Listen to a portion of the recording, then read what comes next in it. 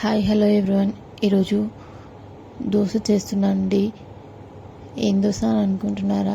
జొన్న దోశ అండి. ఏం లేదండి, హెల్త్కి చాలా మంచిదండి. షుగర్ వాళ్ళు అందరూ తినొచ్చండి. బియ్యం అవాయిడ్ చేసి ఈ జొన్న దోశ చేసుకుంటే చాలా హెల్త్కి మంచిదండి. 3 కప్పుల జొన్నలకి 1.5 కప్ మినపప్పు పోయాలండి. నీట్గా పోసేసుకొని నైట్ అంతా నానబెట్టేసుకొని పొద్దున గ్రైండ్ చేసేసుకొని దోశ పోసేసుకోవాలండి. చాలా టేస్టీగా ఉంటాయండి దోశలు. తినే బియ్యం దోశ కన్నా ఈ జొన్న దోశ తిని ట్రై చేసి చూడండి ఒకసారి. మీరు కూడా చాలా బాగున్నాయండి. జొన్నలో మినపప్పు నానబెట్టేసుకొని దోశ వేసుకోవడమే. ఆల్రెడీ చెప్పాను కదా మీకు. సో ట్రై చేసి చూడండి మీరు కూడా.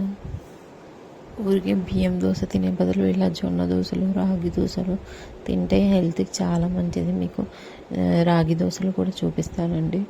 ఈ జొన్న దోశలు చూసారు కదా, సేమ్ రాగి దోశలు కూడా అలానే రాగులు నానబెట్టేసుకొని మినపప్పు నానబెట్టేసుకొని వేసేసుకోవడమే అండి.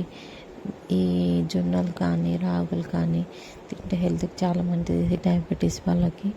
సో బియ్యం అవాయిడ్ చేసి టోటల్గా ఇవి జొన్నలు, రాగులు లాంటివి నానబెట్టేసుకొని దోశలు వేసుకొని తినండి. హెల్తీ ఫుడ్ తినండి, హెల్తీగా ఉండండి. ఓకే, థ్యాంక్ యూ అండి. ఓకే, డయాబెటీస్ వాళ్ళు తినాలి అని అనుకున్నారా?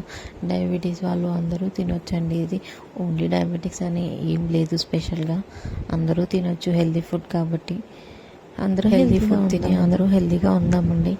సో హెల్తీ ఫుడ్కి ప్రిఫరెన్స్ ఎక్కువ అయ్యండి. ఓకేనా? Thank you. నచ్చితే షేర్ చేయండి, లైక్ చేయండి, సబ్స్క్రైబ్ చేయండి. ఓకే.